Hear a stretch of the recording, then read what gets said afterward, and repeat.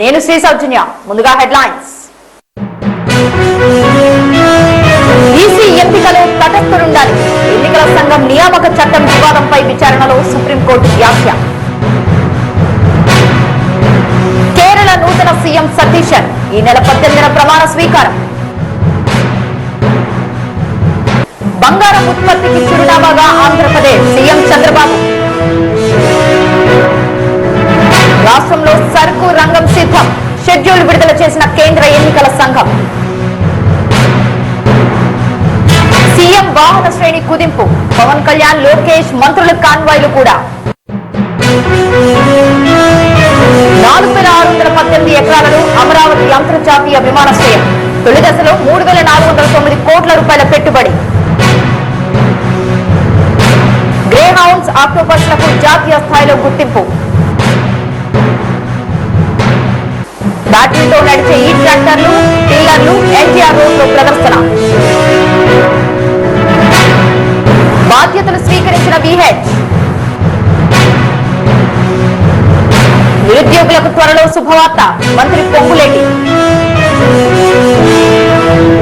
దేశీయ ఉత్పత్తుల వినియోగానికి ప్రాధాన్యం ఇవ్వాలి. ప్రజలకు రామచంద్రరావు పిలుపు.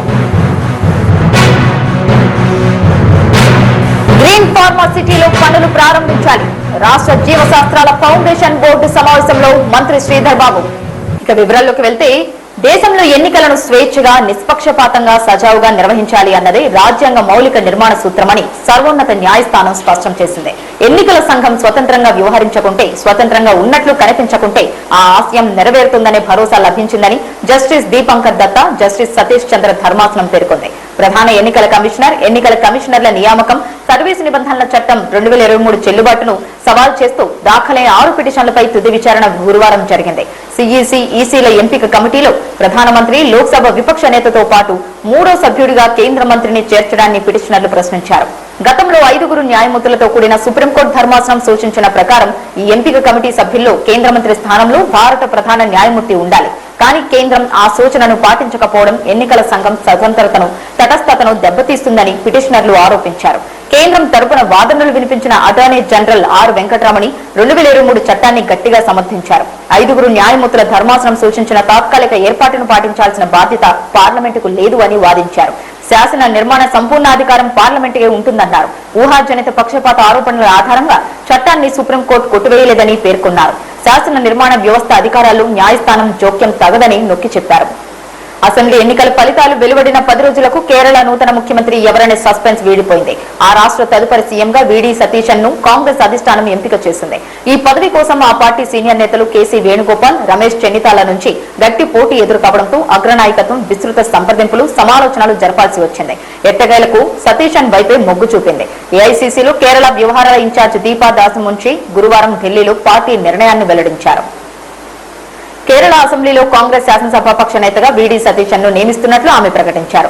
గురువారం అధిష్టానం నిర్ణయం వెలువడిన కొన్ని గంటల వ్యవధిలోనే తిరువనంతపురంలో కాంగ్రెస్ శాసనసభాపక్షం సతీశన్ ను తమ నేతగా ఏకగ్రీవంగా ఎన్నుకుంటూ తీర్మానం ఆమోదించింది. అనంతరం గవర్నర్ రాజేంద్ర అర్లేకర్ ను కలిసి మద్దతిస్తున్న ఎమ్మెల్యేల జాబితాను సతీశన్, సీనియర్ నేతలు సమర్పించారు. ఈ నెల 18న కొత్త ప్రభుత్వం ఏర్పాటయ్యే అవకాశం ఉంది.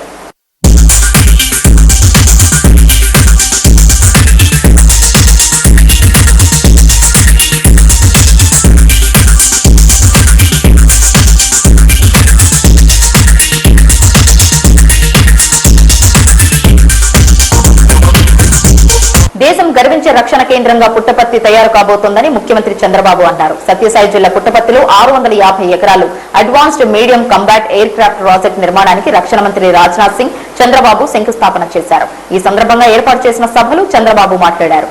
పుట్టపర్తి అనగానే సత్యసాయిబాబా గుర్తొస్తారు. తన బోధనలతో విశ్వశాంతికి కృషి చేశారు.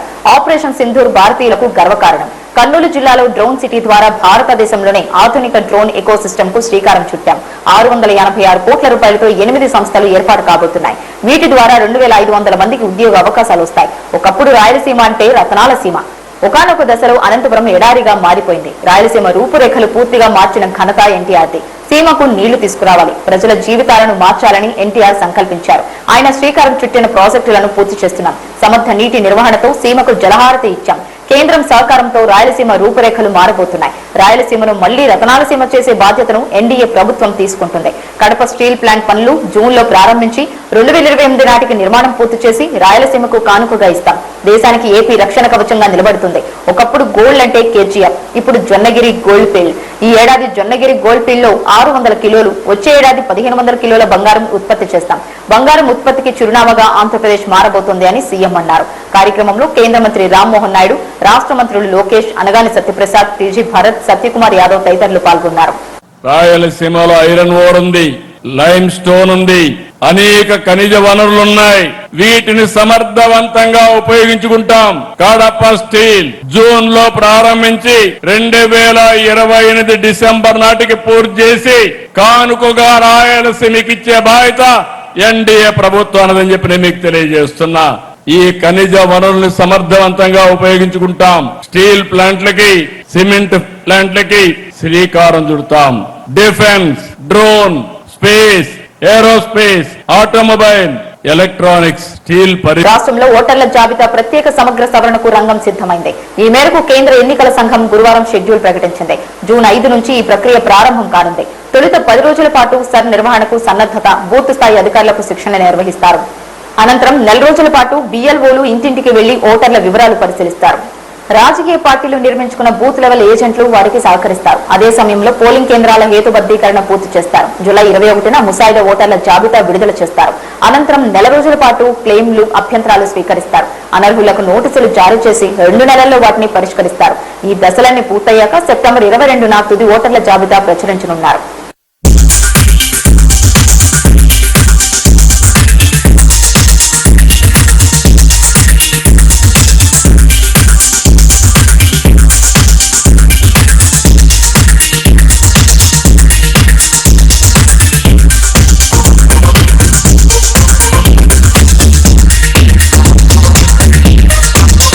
పశ్చిమాసియా యుద్ధం నేపథ్యంలో ఇంధన పొదుపు చర్యలపై ప్రధాని నరేంద్ర మోదీ ఇచ్చిన పిలుపు మేరకు సీఎం చంద్రబాబు, ఉప ముఖ్యమంత్రి పవన్ కళ్యాణ్, విద్యా, ఐటీ శాఖల మంత్రి లోకేష్, ఇతర మంత్రులు తమ కాన్వాయ్లోని వాహనాల్ని తగ్గించుకున్నారు.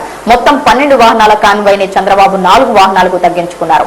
ఉప ముఖ్యమంత్రి పవన్ కళ్యాణ్ కూడా తన వాహన శ్రేణిలో సగం వాహనాలను తగ్గించాలని భద్రతా అధికారుల్ని ఆదేశించారు. గురువారం నుంచి వారు దీన్ని అమలు చేశారు. ఉండవల్లిలోని క్యాంపు కార్యాలయం నుంచి సచివాలయంలో జరిగే మంత్రివర్గ సమావేశానికి సీఎం కేవలం 4 వాహనాల కాన్వాయ్తోనే చేరుకున్నారు. పవన్ కళ్యాణ్, లోకేష్ 2 వాహనాలున్న కాన్వాయ్ సచివాలయానికి వచ్చారు. మిగతా మంత్రులు అనిత, పయ్యావుల కేశవ్, నిమ్మల రామానాయుడు, డోల శ్రీబాల వీరాంజనేయ స్వామి, సంధ్యారాణి, సవిత, కొల్లు రవీంద్ర, కొలుసు పార్థసారథి, మండిపల్లి రాంప్రసాద్ రెడ్డి ఎస్కాట్ వాహనంతో పాటు మరో వాహనంలో వచ్చి సమావేశానికి హాజరయ్యారు.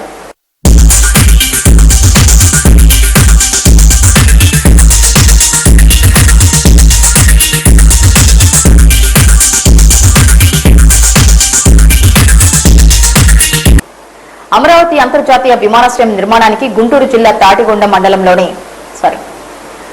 అంతర్జాతీయ విమానాశ్రయం నిర్మాణానికి గుంటూరు జిల్లా తాడికొండ మండలంలోని రావుల గ్రామం సమీపంలో సుమారు 4618 ఎకరాలని అనువైనవిగా గుర్తించారు.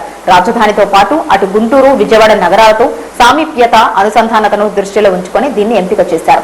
ఈ ప్రాంతం ప్రతిపాదిత అమరావతి ఔట్ రింగ్ రోడ్డుకు సమీపంలో రాజధానిలోని ప్రస్తుత సచివాలయం నుంచి సుమారు 15 కిలోమీటర్ల దూరంలో ఉంది. హైదరాబాద్ లో శంషాబాద్ అంతర్జాతీయ విమానాశ్రయం నిర్మాణం కోసం 4 గ్రామాల్ని తరలించారు. ఇక్కడ విమానాశ్రయ నిర్మాణానికి వాటిని అభివృద్ధిలో భాగం చేయాలన్న ప్రభుత్వ విధానానికి కట్టుబడి గ్రామాల్ని తరలించకుండా స్థల ఎంపికలు జాగ్రత్తలు తీసుకున్నారు. ఎంపిక చేసిన భూములు ప్రస్తుతం జరుగుతున్న రాజధాని 2వ దశ భూ సమీకరణలో లేవు. భూ సమీకరణలో తీసుకుంటారా, భూ సేకరణకు వెళతారా అనే విషయంలో రైతుల అభిమతానికి అనుగుణంగా ప్రభుత్వం త్వరలో ఒక నిర్ణయం తీసుకునే అవకాశం ఉంది. అమరావతి అంతర్జాతీయ విమానాశ్రయానికి భారత విమానాశ్రయాల ప్రాధికార సంస్థ ఇప్పటికే ప్రీ ఫీజిబిలిటీ స్టడీ పూర్తి చేసి పచ్చజెండా ఊపింది. రైట్స్ కన్సల్టెన్సీ సంస్థ టెక్నో ఎకనామిక్ ఫీజిబిలిటీ రిపోర్ట్ సిద్ధం చేసింది.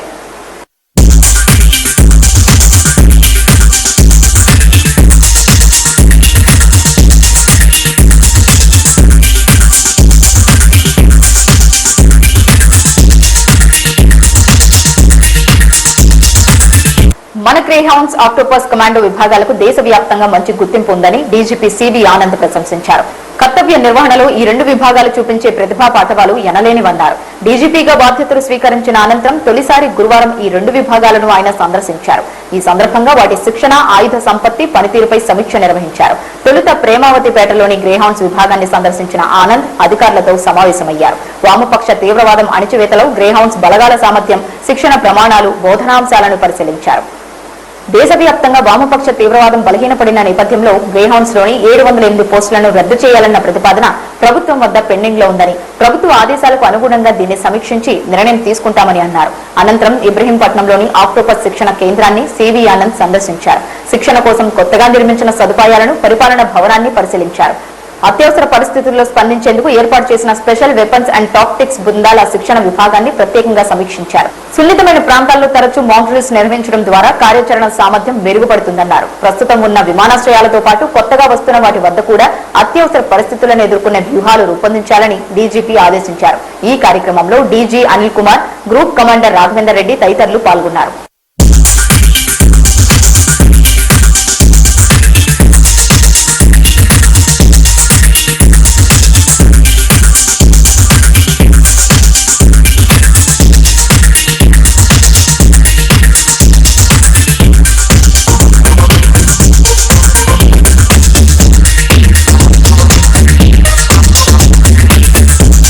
ప్రస్తుతం ఇంధన సంక్షోభం ప్రపంచాన్ని కుదిపేస్తోంది. ఈ నేపథ్యంలో సన్నకారు, మహిళా రైతులకు ఉపయుక్తంగా ఉండేలా ఎలక్ట్రిక్ ట్రాక్టర్లు, టిల్లర్లు అందుబాటులోకి వచ్చాయి. ఎంతో ప్రజాదరణ పొందిన స్వరాజ్ ట్రాక్టర్లను అభివృద్ధి చేసిన పంజాబ్లోని central mechanical engineering research institute వీటిని తయారు చేసింది. దేశవ్యాప్త రోడ్లలో భాగంగా హైదరాబాద్ లోని జాతీయ భూభౌతిక పరిశోధన సంస్థలో గురువారం ఈ ట్రాక్టర్, టిల్లర్ల ప్రదర్శనను IICT director doctor D Srinivas Reddy ప్రారంభించారు. పలు ప్రాంతాల నుంచి వచ్చిన రైతులకు వీటి పనితీరును సిమ్రీ శాస్త్రవేత్తలు వివరించారు. కార్యక్రమంలో సిమ్రీ director Naresh Kumar Murmu, NTR director doctor Prakash Kumar తదితరులు పాల్గొన్నారు.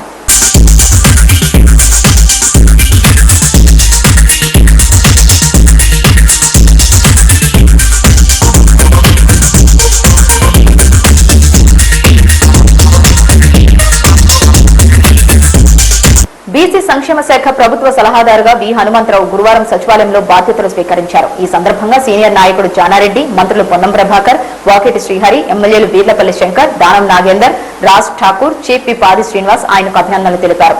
తెలంగాణ రాజక సహకార సమాఖ్య చైర్మన్ గా దాసరి రాజు, అజయ్ కుమార్ హైదరాబాద్ మాసప్ ట్యాంక్ సంక్షేమ భవన్లో గురువారం బాధ్యతలు స్వీకరించారు. బాధ్యతలు స్వీకరించిన ఆయనకు మంత్రి పొన్నం ప్రభాకర్, ఎమ్మెల్యే ఈర్లపల్లి శంకర్, మత్స్య కార్పొరేషన్ చైర్మన్ మెట్టు సాయి కుమార్ శుభాకాంక్షలు తెలిపారు.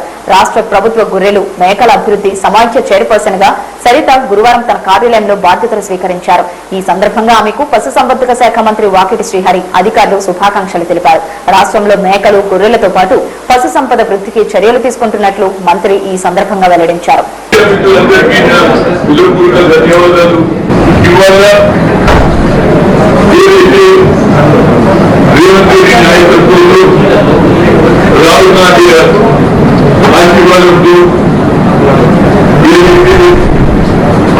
ఎన్నికలు రాకముందు భారతదేశ జోడో యాత్ర మొదలుపెట్టినప్పుడు కర్ణాటక నుండి తెలంగాణ పుట్టినప్పుడు రాహుల్ గాంధీ గారికి అప్పటికే బడుగు వినయ గారు అక్కడ ఉన్న ప్రజానీకాన్ని, వ్యవసాయం, నిరుద్యోగులు అందరూ బాగా తెలుసుకునేవారంటే నేను ఇప్పటివరకు ఏమనుకున్నా అంటే ఎస్సీలకి అన్యాయం జరుగుతుంది, కానీ వారికి ఎక్కువ ఓబీసీలు ఎక్కువ సంఖ్యలో ఉన్నటువంటి వారికి న్యాయం జరుగుతుంది కనుక we country power we conduct caste wise census అంతతో అవరే ఇండియా ఇచ్చేదారు అకార్డింగ్ టు దేర్ పిల్లలు సొంత విచారణ చెప్తున్నారు. కానీ నరేంద్ర మోడీ గారు ఆయన ఓబీసీ ఉండి కూడా ఇప్పటి వరకు మాకు న్యాయం జరుగుతుంది. 2030 ఏప్రిల్ ఏమన్నాడు, మేము క్యాబినెట్ లో నిర్ణయం తీసుకున్నాం, తప్పనిసరిగా క్యాష్ వైజ్ సెన్సస్ చేస్తాను. ఇవాళ జనగణన జరుగుతుంది కానీ మా పేరే లేదు.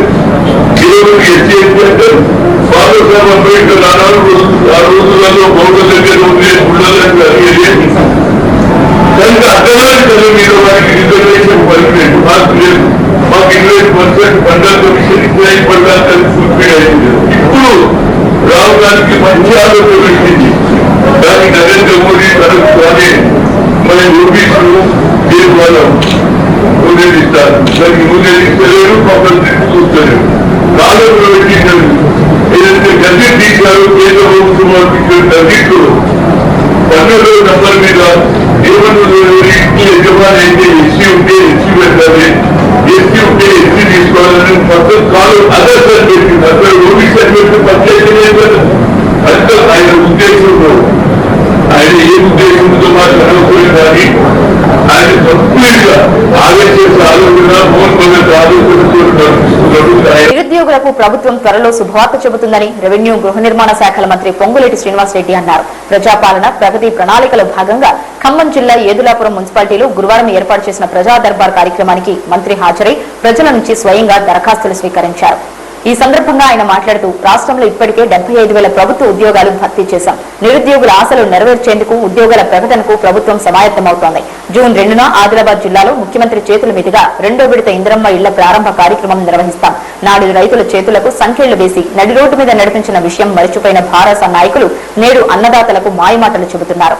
అధికారంలో ఉన్న 10 ఏళ్లు ప్రజల గురించి పట్టించుకోలేదు. వరుస ఎన్నికల్లో ప్రజల తీర్పును చూసి కూడా వారికి కనువిప్పు కలగడం లేదు అని మండిపడ్డారు. కార్యక్రమంలో కలెక్టర్ దివాకర్, అదనపు collector Sreeja, municipal commissioner Srinivasa Reddy, పుర చైర్పర్సన్ పి అనిత తదితరులు పాల్గొన్నారు. మీ దీవులతో ప్రజా ప్రభుత్వం ఏర్పడి 2 సంవత్సరాలు పూర్తి చేసుకుని 3వ సంవత్సరంలో కాలు పెట్టాం. ఆనాటి 10 సంవత్సరాల పరిపాలనని కాదని పేదవాడికి అండగా ఉండే ప్రభుత్వం రావాలని, ఆ ప్రభుత్వం ఇందిరమ్మ ప్రభుత్వం అయితేనే తప్ప పేదవాడికి అండగా ఉండదని రాష్ట్ర ప్రజలందరూ దీవులతో గౌరవ ముఖ్యమంత్రి రేవంత్ రెడ్డి గారి నాయకత్వంలోని ఈ ప్రభుత్వాన్ని ఈనాడు మనం ఏర్పాటు చేసుకొని నిరంతరం పేదవాడికి అండదండలుగా ఉంటూ ఆనాడు ఎన్నికల ముందు చెప్పిన ప్రతి సంక్షేమ కార్యక్రమాన్ని పేదవాడికి అందిస్తూ రైతుని రాజులు చేస్తామని చెప్పి, ఆడబిడ్డని కోటేశ్వరాలను చేస్తామని చెప్పి, నిరుద్యోగ యువతకి అండగా ఉంటామని చెప్పి ప్రతి కార్యక్రమాన్ని మీ దీవులతో ఉన్న ఈ ప్రభుత్వం వచ్చిన తర్వాత ఈనాడు చేసుకుంటా వస్తున్నాం.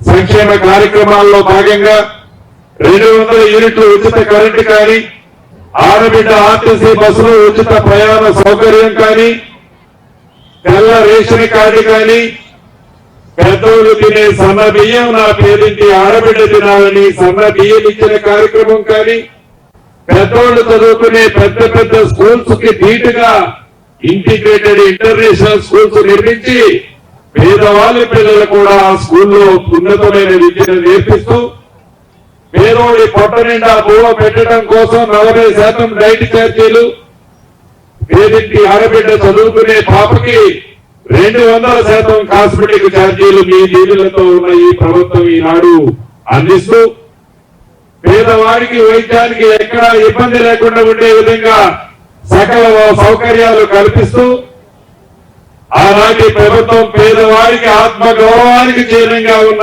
ఇల్లియాలనే జ్ఞానం లేకపోతే పేదవాడి ఆత్మ గౌరవానికి చిహ్నంగా ఇందిరమ్మ ఇల్లు కాగితాలకే పరిమితం కాకుండా కట్టిన లెవెల్ని బట్టి ప్రతి సోమవారం నాడు డబ్బులు ₹1 కూడా కరప్షన్ లేకుండా హైదరాబాద్ లో పట్టణ నొక్కితే ఇక్కడ నా పేరింటి ఆడబిడ్డ అకౌంట్ లో డబ్బులు జమ చేస్తూ ఇలా అనేక సంక్షేమ కార్యక్రమాలు ఇస్తూనే అభివృద్ధి కూడా ఎక్కడా తగ్గకుండా రాష్ట్ర వ్యాప్తంగా మీ దీవులతో ఉన్న ఈనాడు ఈ ప్రభుత్వం పనిచేస్తుంది.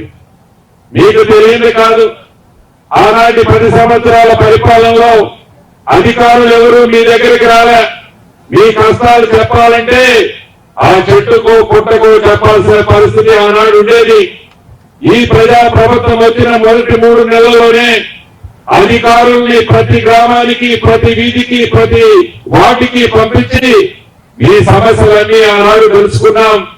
3వ సంవత్సరంలో కాలు పెట్టిన సందర్భంగా ప్రజా పాలన ప్రగతి ప్రణాళిక అనే కార్యక్రమంతో 99 రోజులు అన్ని శాఖలకు సంబంధించిన అంశాలని ప్రతి గ్రామానికి తీసుకెళ్లి ఆ సంక్షేమ కార్యక్రమాల్లో పేదవారికి ఎక్కడ ఇబ్బంది కలుగుతుందో తెలుసుకొని దాన్ని సక్ర మార్గంలో నడిపించాలని ఈ కార్యక్రమాన్ని ఈనాడు మనం చేపట్టాం. దాంట్లో భాగంగా మన పాలేరు నియోజకవర్గంలో ప్రతి మండలాన్ని 3 క్లస్టర్లుగా ఏర్పాటు చేసుకున్నాం. మున్సిపాలిటీని 2 క్లస్టర్లుగా ఏర్పరచుకున్నాం. కార్పొరేషన్ ని 1 క్లస్టర్ గా ఏర్పరచుకొని పాలేరు నియోజకవర్గం మొత్తం 14 క్లస్టర్లుగా విభజించి ఇవాళ 12వ క్లస్టర్ కి సంబంధించిన సమావేశాన్ని ఇప్పుడు జరుపుకుంటున్నాం.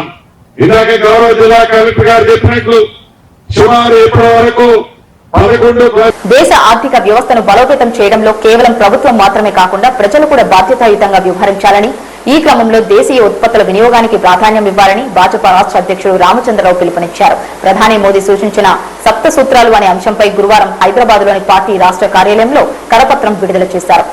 అనంతరం ఆయన మాట్లాడుతూ ప్రధాని సూచనలు రాజకీయ అంశాలు కావు, అవి దేశ ఆర్థిక భద్రత, సామాజిక బాధ్యతలకు సంబంధించినవి. ముఖ్యంగా లోకల్ ఫర్ వోకల్ భావనతో స్థానిక ఉత్పత్తులను ప్రోత్సహించడం ద్వారా దేశీయ ఆర్థిక వ్యవస్థను కాపాడుకోవాల్సిన అవసరం ఉంది.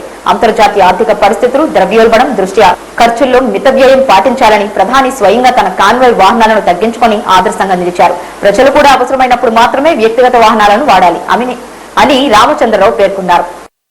ఇచ్చిన పిలుపుకు మేము కూడా అవసరం ఉన్నప్పుడే డీజిల్ పెట్రోల్ కారు వాడవాలి. నాకు మీటింగ్ ఉన్నది జేఆర్సీ కన్వెన్షన్, ఇక జూబ్లీ హిల్స్ చెక్ పోస్ట్ దగ్గర నేను తార్నాకా నుంచి పెట్రోల్ వచ్చాను. ఇప్పుడు ఈవీ వెహికల్ ఎక్కి ఆ మీటింగ్ వచ్చి మళ్ళీ తార్నాకా వెళ్తాను.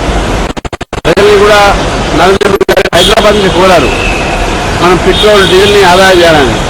ఎక్కడైతే అవసరం ఉంటుందో తప్పదు, ఎక్కడైతే అవసరం ఉంటుందో పబ్లిక్ ట్రాన్స్పోర్ట్ వాడాలనేది చెప్పడం జరిగింది. ఈరోజు భారతీయ జనతా పార్టీగా ఒక అధ్యక్షుడిగా నేను కూడా ఒక ఎగ్జాంపుల్గా ఈరోజు చేయడం జరుగుతుంది. మ్యాక్సిమం ఎంత వీలుంటే అంత చేసే ప్రయత్నం నేను కూడా చేశాను. కార్యకర్తలు కూడా ఇదే పిలిపిస్తున్నాను, ప్రజలు కూడా పిలిపిస్తున్నాను. ప్రపంచం మొత్తంలో కూడా ధరలు ఇంతకుముందు ఎక్కువ పెరిగినాయి. ఇప్పుడు భారతదేశం 7 నెలల తర్వాత పెరుగుతుంది కాబట్టి మనకు చాలా మంచి అవకాశం ఆర్థిక కాపాడడానికి నరేంద్ర మోదీ గారి మాట విన్నాము. దీన్ని మనం పాటిస్తామని చెప్పేసి కూడా ప్రజల్ని కోరుతాము.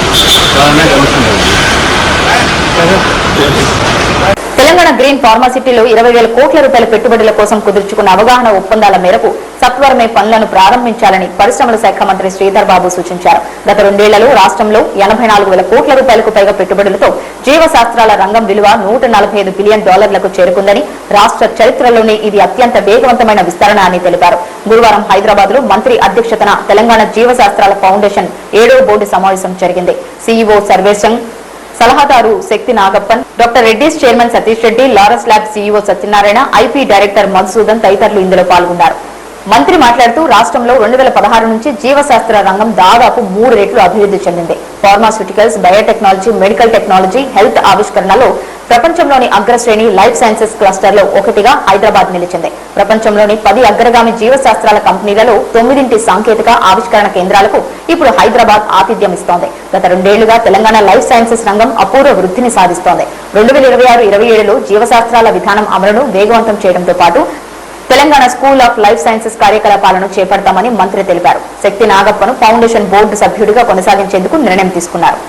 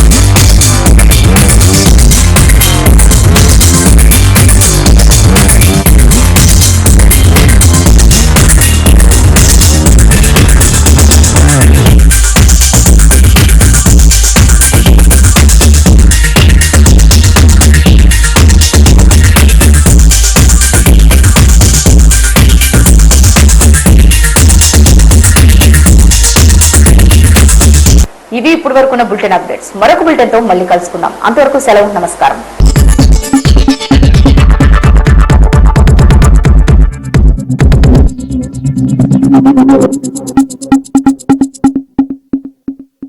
నాకు మ్యూజిక్ ఆల్బమ్స్ చేయడం అంటే చాలా ఇష్టం.